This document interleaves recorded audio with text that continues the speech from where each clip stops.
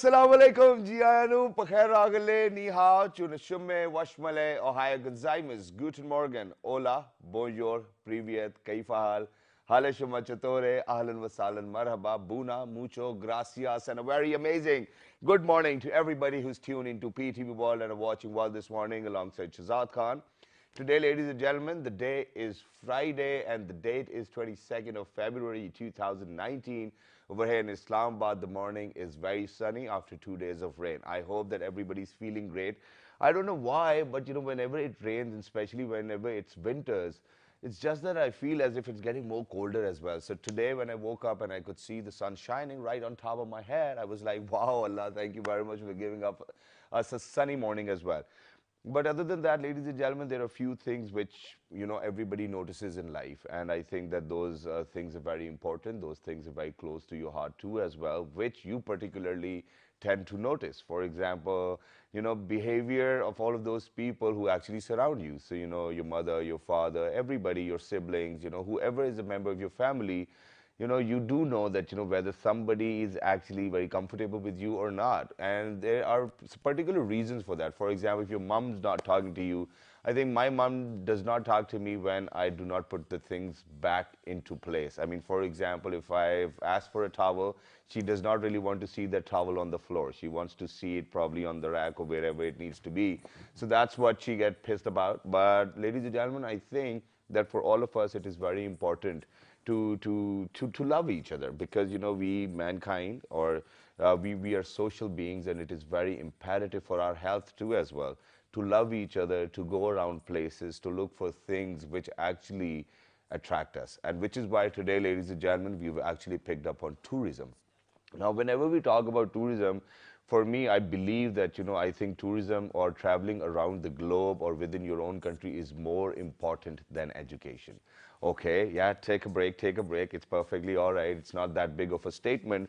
Because when I say that is because of the fact that the experiences I've had while I was traveling the world, or whichever country I've been to, is that, whenever I went to a newer place, I learned something very new, and I tried bringing it back with me if it was positive. And if it was negative, I didn't do it. Now, ladies and gentlemen, since the 21st century, modern tourism has taken place. I think every nation is actually emphasizing on increasing tourism as well. Now, tourism can be of two major different types as well. For example, there's local tourism, and then there's tourism. There are like 100 more types of tourism. For example, medical tourism, sports tourism, adventure tourism, and you keep on naming them, and the types won't finish. But on a generic basis, I think that there are two types. That's local, and then there's international as well.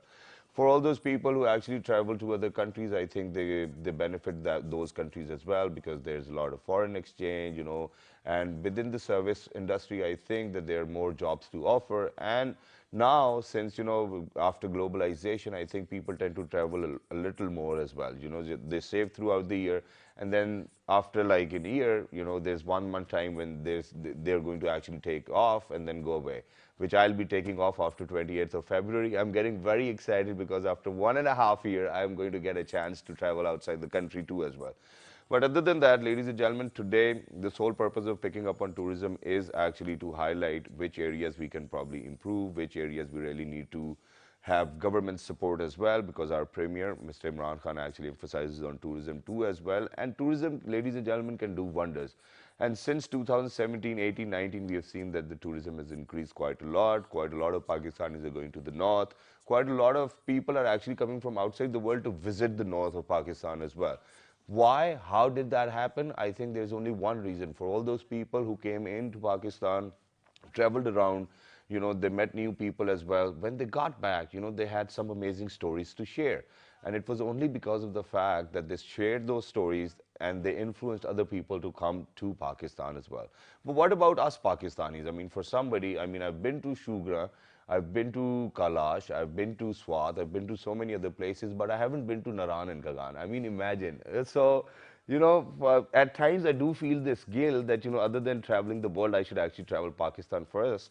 But I've been to Karachi, I've been to Balochistan, I've been to all major cities, and probably I think a few rural areas as well. And it was very interesting for me. Ladies and gentlemen, which areas to improve in tourism, what to do, what not to do. We are definitely joined by some of our very amazing guests over here. Well, this lady, I think she's very enthusiastic and passionate about traveling, because yesterday when we were actually thinking of who to call, so she, ladies and gentlemen, happened to travel she's traveled the north, and she has traveled the north in public transport. I was asking her whether, her parents were actually supportive of the fact. She said they were, but initially they weren't. So, we're actually going to ask her, what did she feel? What areas do you think that we actually need to work in?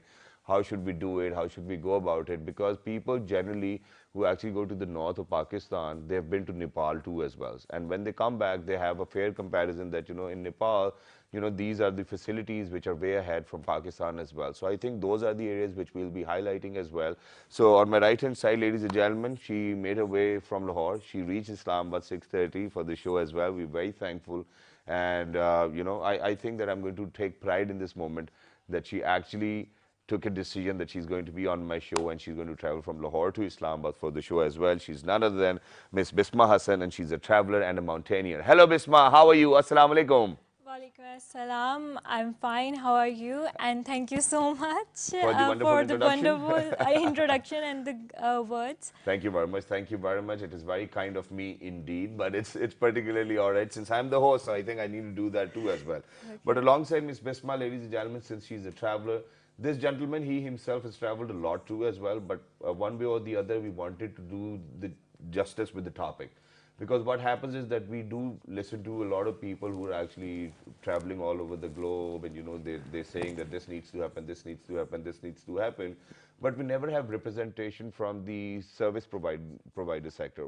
Now what happens is that I think that for all of those people who actually cater to these tourists are the people we need to put in the front of the page, so that people actually get to know that these are the challenges being faced, and probably these are the solutions. He's been a hotelier for a longer period of time. I think all his life that's what he's been doing as well. He's a magnificent gentleman. Whenever he speaks, I like him speaking too as well, without fumble. What a great gentleman, ladies and gentlemen, he is. Thank you very much for taking our time, Mr. Suhail Aziz Khan. Hello, assalamu alaikum, how are you? Assalamu alaikum, Shahzad. Well, Islam, absolutely perfect. Thank you very much for joining us. There's one question which I need to ask. Please. So whenever you see a person from the service industry, they're very content, they're very calm. No matter how excited the tourist may probably be, like, yeah, how are you, sir? Yes, that's what that is. It like part of your training? It is indeed part of training, because if you don't have a passion to serve people, and at the same time you need to have a patience. Yeah. It goes side by side. Exactly. Because you have a passion to serve somebody, but you're aggressive. Yeah. It won't help you. But yes. You need to listen to people first, what exactly they need, because somebody would walk to you, and I myself personally, I could tell you where does he want to go. Yeah. I mean, somebody in the lobby area, it doesn't mean that he's coming to you and asking you something. Maybe he's looking for some place. Yeah. Most of the time in hotels, people are looking for the washroom, let's say.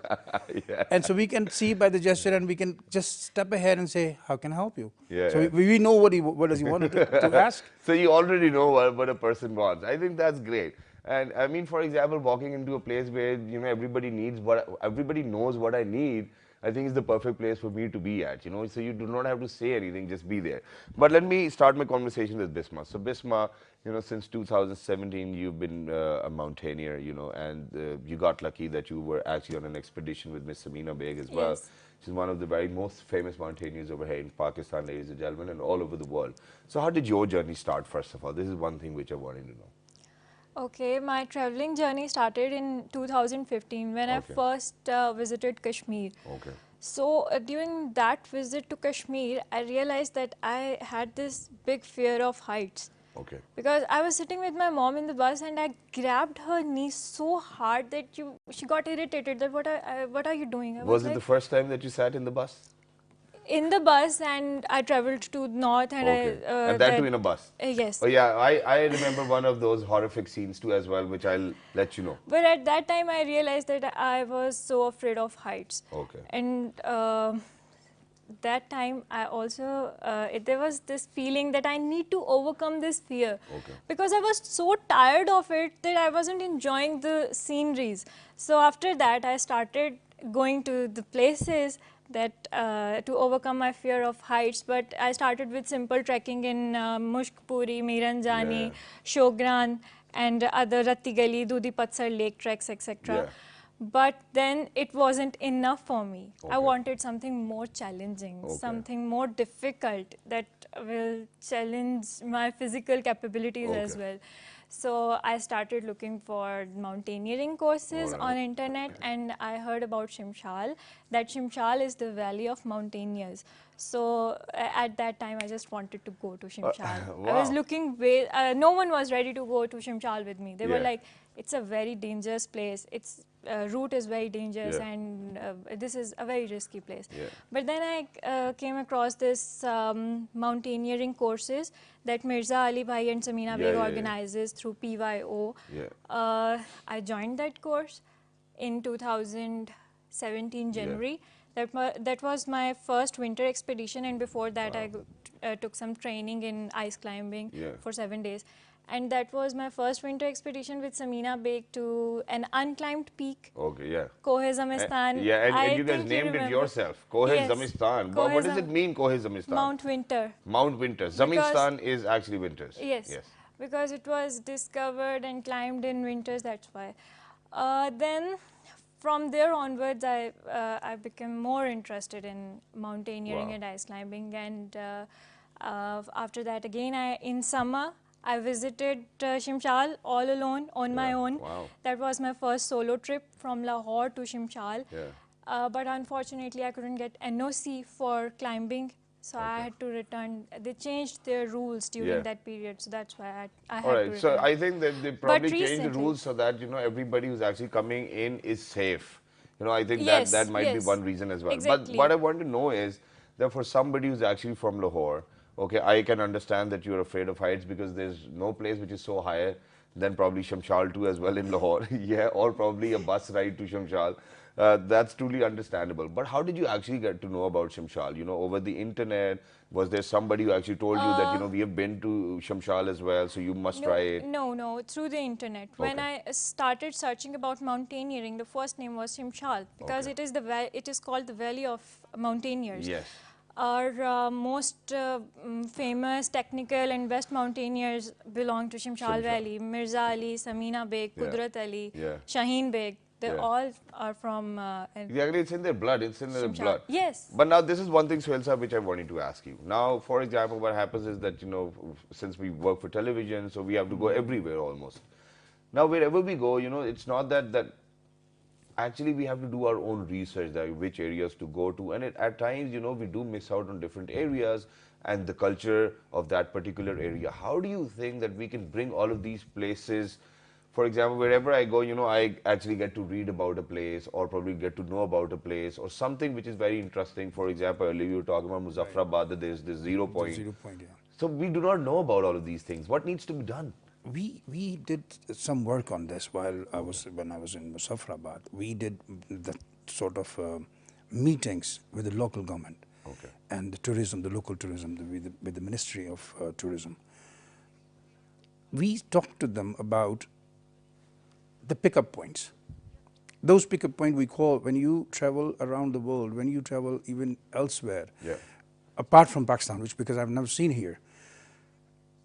Where am I? There is a signage. Okay. Where am I? So that tells you with the red dot, this is the place where you are. So you're in Islamabad. On the north, it's going to be at certain kilometers. After a certain kilometer, you're going to see, let's suppose there is Murray Hills. And crossing the Murray Hills, then you go to Bourbon. And once you're in Bourbon, then it tells you from there, now we are at Bourbon. And from Bourbon to Muzaffarabad, it's another 20 minutes drive, and it's going to be 50 kilometers. You reach to Muzaffarabad now. That pretty point, I tell you, there is a bridge, Naluchi Bridge, that they have opened in 2015. Nobody knows about that bridge. And if you see those images of that bridge, if I might share with you those Isn't images that bridge of the with ropes too? with ropes to it. Yeah, I've seen it. One of those beautiful bridge, and if you see the bridge and the name is not written, you cannot even think of that. Is it in Pakistan? Exactly. Are we in Muzaffarabad? So we cannot know things if we do not promote them. We need to find the resources to promote our tourism let people know what do we have, and it's just like that what you have behind the bars, behind the walls, and that is all hidden. Yeah. So how to go by? We need to have a good signage. We need to hire people to think of. We need to have a younger people, setting them together and asking them, okay, let's do the brainstorming. Yeah. And I'm really proud feeling now at the moment, I'm really feeling proud sitting with a lady who's a mountaineer, and she's pretty young, because when I been to Skardu, I've seen people climbing the mountains. They used to stay in Skardu with us, in Shangri-La hotels. Yeah. And that was the only hotel at that moment. Then there was Chilas, there was another hotel. Then you go to Gilgit, then there was, and then Shigar Valley, there is no hotel. There was a PTDC resort, which was not well furnished. But the information wasn't there for the people, as you just mentioned, that where to go, where to find those facilities. We had no promotion for this. As very rightly said by the Prime Minister, that we need to promote this. We do need to promote this on the government level and on the private level. Yeah, exactly. And I think the local governments need to play their role too as well. But there's this one very interesting story, ladies and gentlemen, which Suhail Sahab was actually sharing with me. And he said that, he actually called his son and he was like, why don't you come down to Pakistan? And then he said that, I've lived all my life in Pakistan, I should actually go to some place elsewhere as well. So what he did was, I think that he was actually being a tricky father there. He actually took a picture of a fort from Bahawalpur, and they're amazing. I've been there too as well. And he sent it to his son, and then he called back and he's saying that, I'm coming back in March. Now, this is one thing. I mean, for a father-son relationship, it's different. But for anybody, if they get to know about something which is so interesting, and there's this rich history behind it as well, because Bahawalpur was one of those independent states who actually said that, they're going to be a part of Pakistan in the first place. They made sure that people are going to stay with them and whatnot. So, for all of these things to be out there, what do you think that we actually need to do on the local governments? What do you think the local governments need to do? What do you think the federal can do? If we start from the local government, we actually need to promote this through the transportation first. Good transportation, good security measures. Once you have a good security measures, the people would not feel scared to go around. Transportation system needs to build up more. We have transportation system, but that transportation system is within the cities. We do not have like national tourism system. We should have a day tour buses. A day tour buses or even for Islamabad. We should have for Islamabad to Lahore, or within Lahore, within Peshawar, from Peshawar to Lahore. And those tour buses should be operated by the tour operators. And we have the tour operators, but they are not taking initiative because I think they have a fear that they may not have a business. Why not? So second step to it, once the business is established, how to bring people in. We have almost five international airlines coming in Pakistan today. Exactly. I can name them all. No, but you don't have to. But the thing is, what are we asking them? What are we taking from them? Anything that they are promoting for us?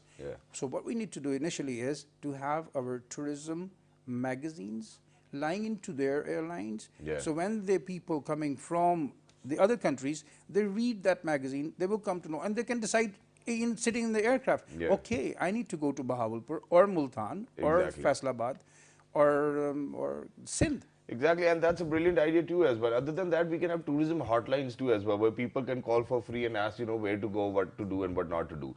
But Bisma, now moving on to you, since we're mentioning and we're saying that, that the things actually need to be out there. So you as a traveler, what weaknesses have you noticed while you were traveling? I mean, for example, from Lahore, when you actually had to travel to, Shamshal, what kind of transport was available? Because I might be a kind of tourist where if I want to travel, I want to travel for luxury, to be at ease. I do not want myself to feel overworked even when I'm not working, so I want to relax. Well, for you, it's different, since you're a mountaineer. So what kind of difficulties or challenges do you face when you're commuting from one place to another, and that especially from one city to another? Transportation is a the main problem. issue. Yes, Netco buses, their quality is not very good, and 22 traveling through a Netco bus for 22 hours is quite hectic. You know, more hectic than climbing a mountain, I believe. Exactly. So I think transportation should be improved from especially this area from Islamabad, from Pindi to Hunza. Yeah. But I think they have introduced new kind of buses recently, but I haven't tried them. Okay. Recently, I traveled through private vehicle because I couldn't find any seat Okay. in the Netco bus. Okay. So, you know, they need to increase the number of Buses too as well. buses, Yeah. exactly, to improve transportation. And what Besides that, hotels are fine. I think there are all kind of hotel out there for students like me with economic packages. Yeah. Luxurious hotels are Yeah. also out there. Cheapest one are also out there. So we have all the So options. yes. In terms of hoteling, I didn't find any But in terms of hoteling, I difficulties, think the only but problem transportation is the major problem. is the major, especially when I'm traveling alone. If I couldn't find a seat in Netco bus, I had to travel through a private vehicle, and recently when I traveled through a private vehicle, I was the only girl in the car. So sometimes these transportation issues Okay, that's becomes great, a and we problem. definitely have a lot of pictures too as well to share. But before we share those pictures, so imagine, this is one problem with our tourism industry, and that is that every hotel owner or every hotelier. I'm very sorry, but I'm speaking on another level too as well. I mean, imagine, for example, in the north, if you're going to wake up, it's 22nd of February. I don't think that you're actually going to find a drop of water in your tap. This is something which is a problem. I mean, why can't it be resolved in 21st century where there's so much technology out there as well? There are different kinds of piping going on. And then, whenever you're going to go to them, there's this one thing which they're going to say. Whether you're going to go to them in summers, sir, season hai. Whether you go to them in winters, sir, season hai. When is it not the season? And then they charge, I mean, there are no fixed rates as well. So, every time around the year, whenever you're going to go, there's just some different story they're going to share with you guys, which actually is very uncomfortable for me. I don't know why. But right now we're going to share your pictures and you can share your stories. Go ahead, let's do that. Yeah, so where was it? Wow. Yes, Gil sir. This is the view of the summit from 5,000 meter, and it is in Jamshaid Valley. Yeah, it is 5,964 meter in altitude. Okay, so while you were climbing and whatever you were doing, did you actually make sure that you're not going to throw away the bottles of water or all of that canned food which you were having? Definitely. I'm very against this land pollution. I hate this thing. The people go everywhere and throw plastic bottles and everything. We carried our waste with us. Yeah, but for somebody who was actually scared of heights, I think that's too high to be. Yes. Whenever I'm at the highest point, I always look down at how much I have achieved, and that was the picture when I was looking down. Okay. Yeah, but I definitely do not want to, probably. Okay, let's leave that. I was about to say something, and that was that, the only person who actually drowns is the one who actually knows swimming.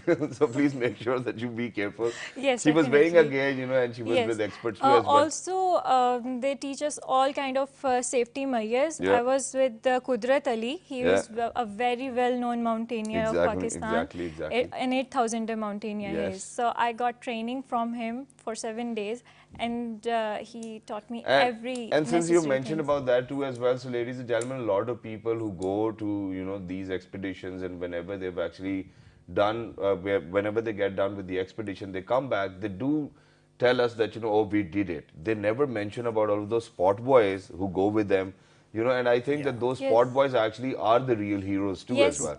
I agree with you. My altitude porter was actually my real hero. Yes. See, that's what the point is. But towards the end, Sohail Saab, there's one thing which I want you to share with people, and that is that whenever we talk about tourism, and whenever tourism is at an increase, we do know that there are a lot of disadvantages, ecological disadvantages. We actually have to cut a lot of trees to build high-rise buildings and whatnot. How do you think that we can strike a balance where we know that, okay, this is the amount of number of people we need to have per year, and we shouldn't exceed from that, so that our actually heritage and culture and everything stays in place too as well?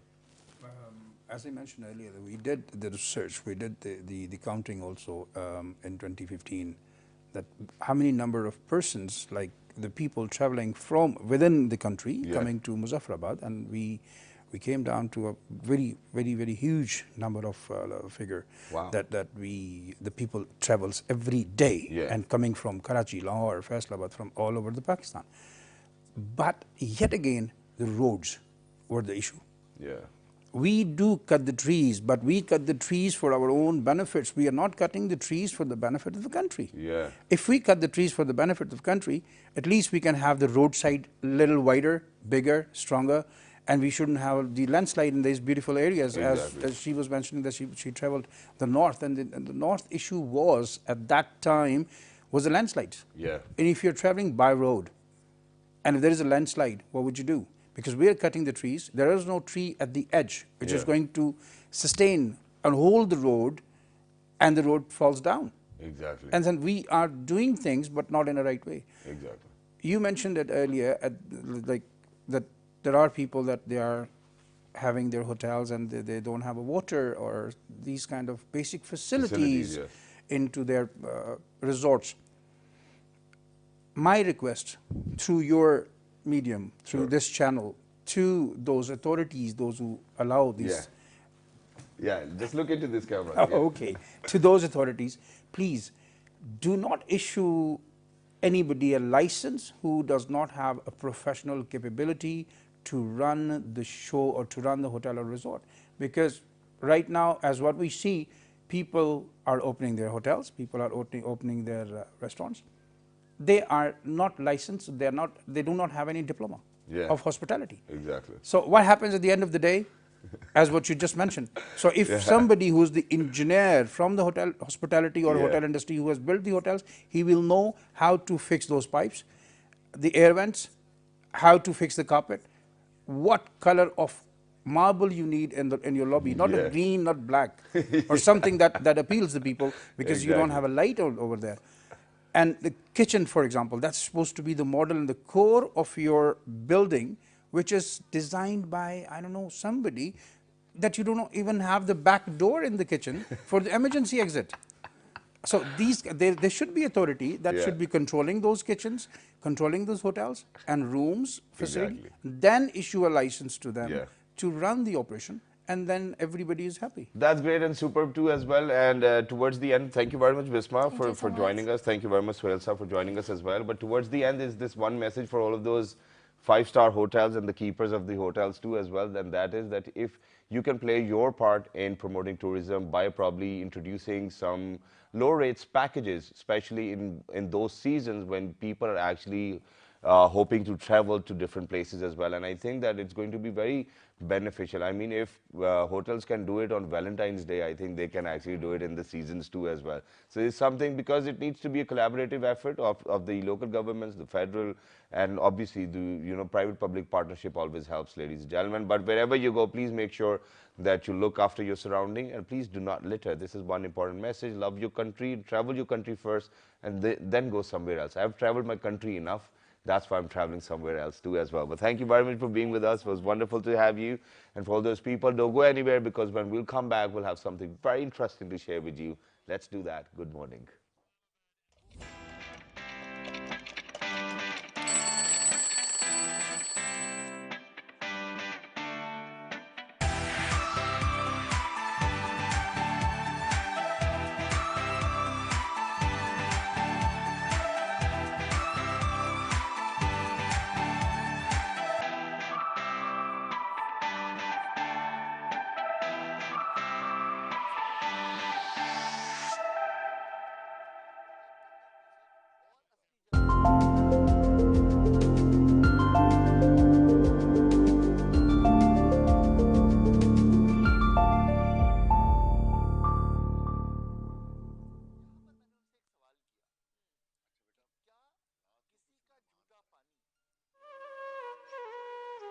Passion for polo will be the highest on the world's highest polo ground.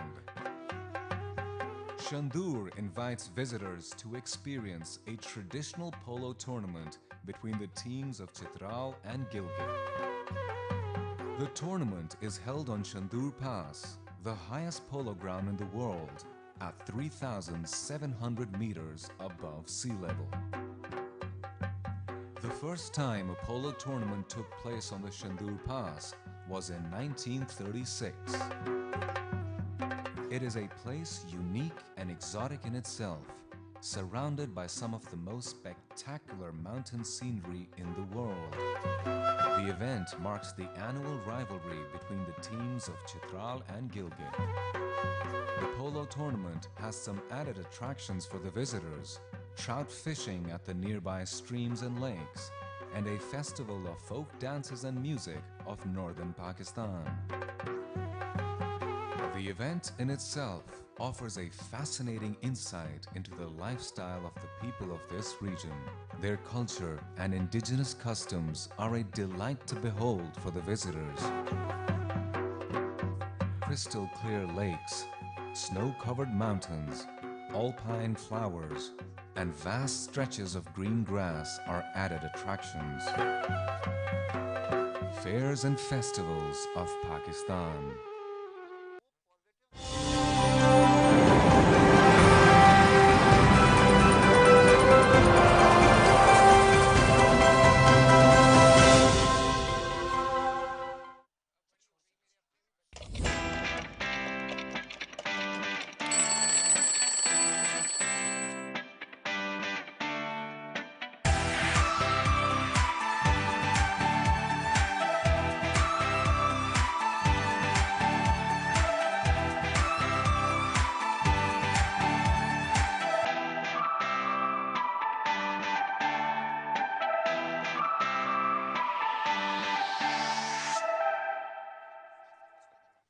All right, ladies and gentlemen, welcome back. For everybody who just got tuned into PTV while you watch Evolve this morning alongside Shahzad Khan. Earlier, ladies and gentlemen, we were emphasizing on increasing tourism and then at the same time looking after the surroundings too as well, which is very important. But after, you can only look after your surroundings if you're looking after yourself. And I've seen a lot of people that whenever they actually are on the table to eat something, they actually forget, that they might have an allergy from one or two of the food items. And this is what we have picked up on today. Our lifestyle coach is with us, Miss Lubna Khan Faraz. Hello, Assalamu Alaikum. Hello, Assalamu Alaikum. How are you doing? Absolutely perfect. What about you? Are you allergic to anything at all? I am not allergic to anything at all. But Well, if I lucky would you. have been on any Hollywood TV channel, I think I would have answered that with something else. Something else. Bull, yeah.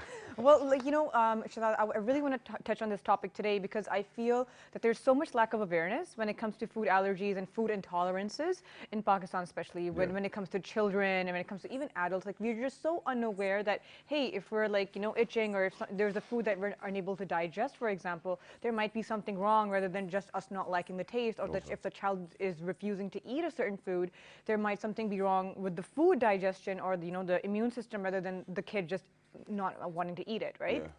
So I'm going to clarify there's two different things. There's food allergies and there's food intolerances, okay? So food allergy is more immune based. So for example, you eat something, your body does not accept the protein in it and it starts building histamine, which is another compound in the body, and that's what triggers a food allergy. So you might see wheezing, you might see hives, you might see rashes, you might see vomiting, diarrhea, anything of that sort, dizziness, shortness of breath, swelling of tongue. These are some kind of different things you should be taking note of. And then if you're intolerant, for example, you would rather be, like, say you're unable to digest a certain food. So it's more about the bloating, it's more about, again, diarrhea and stuff like that. So an example of this is when people say, I am allergic to cow milk or I'm intolerant to cow milk, there's a huge difference. Yeah. So if you are allergic, that means you're unable to digest the protein in the cow milk. Okay. But if you are intolerant, that means that you're unable to digest the sugar lactose that's in cow milk. Okay, so So that's the either you're difference. not digesting the sugar lactose or either you're not digesting the entire protein. The entire protein's not being, Okay. it's basically the That's body technical. thinks it's a harmful thing that's in your body now, so it starts producing histamine. And then when you eat it again or when you consume that food again, it's more easily triggered, so the effects and side effects are even more severe. Okay. Allergies can even be life-threatening, so I'm going to be talking about 7 most common ones in children and adults today, and the alternatives that we can have, and all the. But you just mentioned that they can be life-threatening Yes. as well. Yes, so what they if can somebody be. never knew that And that's the very, very scary part, that there's there's no actual way of, knowing Finding that, out. yeah, that, hey, am I You allergic actually to have to something? eat it and go through all the pain. Unfortunately, and like the thing is, we don't know why we're allergic to certain things, right? Yeah. So that's another problem. Like, why are we allergic to something? We don't know. Is it in our genes? Is it like, we say like, oh, my mom and dad were never allergic, so I'm also never allergic, but that's never the case. Yeah. And that's the thing. And should you just go in and do a skin prick test or something like that? And we don't really want to do that. So right? what are those 7 products So you let's picked get on up the 7 ones. Number 1 is cow milk. Now I know a lot of people get angry with me when I mention this because especially in our culture we think that cow milk is super important and everything like that. But like I gave the example, the problem with cow milk is, and especially the one that we're getting today, is that it's prepackaged. There's a lot of preservatives, and the lactose in it. About 75% of the world's population is unable to digest it anyway. So you might experience acne or you might experience bloating. Those are signs of a little bit of an intolerance. So yes, maybe over the years, because we've been fed and force-fed maybe milk as children, so we do you can build immunity to cow milk. You can, but that doesn't mean that that's a food that's meant for you, right? Technically, we're the only mammals that drink other mammals, food. So cow milk is a common, allergen. So if you are intolerant to cow milk, obviously go towards other milks that are available, goat milk or coconut milk or any kind of nut milk is an option. And same thing with intolerance. So if you are, intolerant to lactose, you will have to avoid any dairy products. So that means cheese, that means anything like yogurt. All of those sorts that are made with dairy things and lactose, you have to avoid them. So that's a very, very dangerous one as well. Number 2 is eggs. Now I want to clarify, when you talk about eggs, I'm not necessarily talking about the egg yolk. The allergy actually comes from the egg white. All right. And people don't know this, and especially with the whole craze that was done like about 10 years ago that ignore the yolk and just eat the whites, But the thing is that egg whites is the actual ingredient that we might be allergic to. People that are allergic to egg whites or eggs, they have to be extra careful because egg whites and egg shells are actually used in a lot of other products. So for example, even if you're eating bread, they wash it with the egg whites to make it all shiny and cute and nice, right? Yeah. And then even if you're having like soap, it might have some kind of egg whites and some kind of egg shells in there as well. A lot of other foods cross-contaminate. When you buy things, it might be produced in a factory or something like that where they had been using egg products. If you're going to a restaurant, same thing. So it's another one that you have to take a very big note of if you are allergic. So egg allergies usually show up when you're an infant. So parents might notice that their baby is just coughing it up or is just not able to swallow the egg. If something's wrong or like the tongue is swelling or there's shortness of breath and stuff like that. So when that happens, then you definitely want to go and get it tested and find out if your kid is allergic to an egg. Next one is peanuts, and you were just mentioning that you have someone that's allergic to tree nuts. Exactly. That's my next one. So peanuts and tree nuts are 2 different things. Peanuts are actually legumes, right? So, and they are different because they're actually grown underground. So when you're allergic to a peanut, that's actually a very life-threatening, allergy, and people have unfortunately died because of this allergy. So you really want to be careful with peanut oil. You want to be careful with peanuts, and when you first offer peanuts to a child, just don't offer like a big batch of peanuts. Offer maybe like 1 or 2 of them and see how the kid is reacting.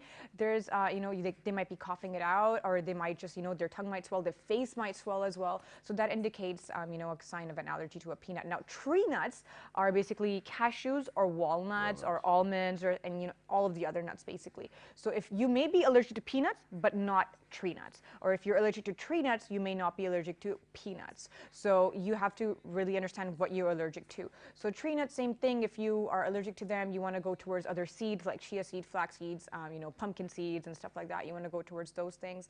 The next one is another big one, and that's wheat. So a lot of people are unable to digest gluten. Now there's another thing now that I want to clarify. There's celiac disease and there's a wheat allergy, okay?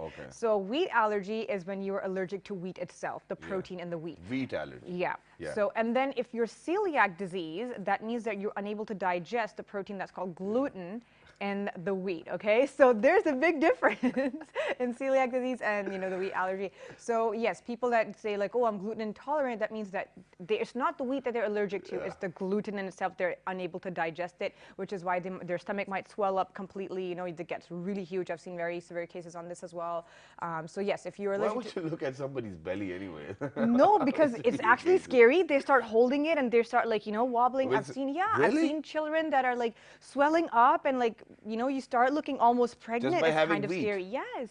So they can have like a pizza slice, let's say, Yeah. and they start like, they can't breathe and they're swelling up and they're unable to sleep. It's very severe. So, it sounds funny, but it's actually, for the people that are intolerant or Yeah. allergic, it's a very big problem. So that's another big one. The next one is fish and shellfish. So fish, you can be allergic to a specific and type. shellfish. Yeah, so there's a difference. Wow. So fish, you can be allergic to, say, a type of fish. So you may be, for example, be allergic to trout, but you're still unable to eat salmon or something. Okay. So there's a big difference. So you might be able to eat pomfret, but you cannot eat, say, rahu, right? That we yeah. have here. So you want to keep testing out different things to understand what your body's reacting to. A lot of people say, oh, because fish is a warm food, that's why you get all these like blemishes and acne. That's not the case. That's a sign of intolerance, people. So you do want to understand that. Now, when it comes to shellfish, what I'm referring to is other seafood. So, for example, shrimp and prawns and all the other seafood that we have here. Whatever food item, Crabs ladies and and stuff. gentlemen, is expensive. That's when you get to hear, oh, बहुत गर्म होती है इसकी तासीर. Yes, exactly. It's the same thing, no? Nobody's actually going to say pineapple बहुत गर्म होता है because it's cheap. Yeah. And the same thing, like I was referring to tree nuts. People, whenever they consume like cashews and everything, they say it's a very warm food, so that's why I get like blemishes and acne and like different kind of pimples or whatever. But it's not that. It's a body reaction. It's not that because something's warm and it's not sitting well with you. So fish and shellfish, you want to be sure that it's obviously not grown in a pollutant environment. You want to make sure you're consuming it cooked, number one, if you're feeding it to a child especially. I know sushi and all that has a lot of raw stuff, and which is fine, but I mean, a lot of people may be allergic to the raw fish, and some people, they might be okay with the cooked one. So like I said, everyone's body is different and may react to things differently, so you want to find out what your body reacts to it and why and how. So learn to listen to your body is the key over here. The last one I want to talk about is soy or soybeans. Now, the problem with soy and soybeans is that it's pretty much everywhere, right? So when you go shopping and if you ever read a label, it says soy, like in almost 90% of the cases, So you want to be careful with that. So soy and soybeans, yes, when you consume them in a different way, they are fine, but when they're added, when they're consumed as an added ingredient, it can be a problem. So if you're someone who's allergic to soy or soybeans, you want to go towards lentils or quinoa because it has the same amount of protein in there as well. So that's what you want to do. Now, if you are allergic and your gut is unable to, digest something, so you're intolerant, here are a few things you can do. So you can definitely supplement your body with certain things to, repair your gut, which are probiotics. So, you can take supplements. So especially if you're like, lactose intolerant, you can't have yogurt or you can't have any of these fermented dairy products that help the gut. You can definitely take in supplements. Another supplement that I always recommend, vitamin B5. It really helps your gut as well. And L-glutamine. So that's an amino acid, and that really helps your system clear all the toxins. Is it going to help everybody, or is it going to be... Even if you're not allergic, it helps your gut anyway to clarify and everything like that. So all these things you can supplement anyway. But if you're somebody who is allergic or intolerant, it becomes crucial for you, right, to make sure that your gut is safe. Exactly. And a healthy place. Thank you very much for that too as well. But towards the end, one last thing which I wanted to ask, and that is that, and this is like one of the very most common problems, ladies and gentlemen, people come across, and that is they sleep at night, they're fine, the next morning they wake up, they're all bloated. Why does that happen? Is it because of a food item they have taken? It's usually the food item. So anything to do with the stomach, it is something you did consume, right? So if you are bloated, you definitely want to look at wheat consumption, and you want to look at milk consumption. So if you technically take these out of your diet or a meal, you will notice a huge difference in the bloatedness of your body. So what I recommend in this case is try an elimination diet, is what I like to call it. So for like 2 weeks, eliminate milk completely. See how you react, and then same thing with other things, and see how your body is reacting when you introduce them back into your diet. If those symptoms go away, that means that food doesn't sit well with your body, right? Exactly. And I think that this message is actually for all those Pakistani mums out there as well, so I'm going to do it in Urdu. So, माँ को कौन समझाएगा, बेटा दूध P के जाना, दूध बहुत जरूरी होता है, बेटा दूध के बगैर तुम घर से बाहर नहीं जा सकते, अम्मी मुझे एलर्जी है दूध से. But they cannot understand. But for all the love our mothers share with us, I think you can actually have a glass of milk. That's not a problem. You're going to be bloated. No, it doesn't really matter whether you're on TV or not. So just have it for the sake of your mother. But thank you very much, Lubna, for being with us. It was lovely to have you. For all those people who are out there, if there's any question you need to ask, please make sure that you write to us on our Facebook fan page, which is with the name of World This Morning. I have to grab it every day. On Twitter, it's World This Morning without a G. On Daily Motion and YouTube, it's World This Morning. The fabulous repeat is going to be at 11 p.m. tonight. Till the next time, 1, 2, 3. Good morning. Thank you.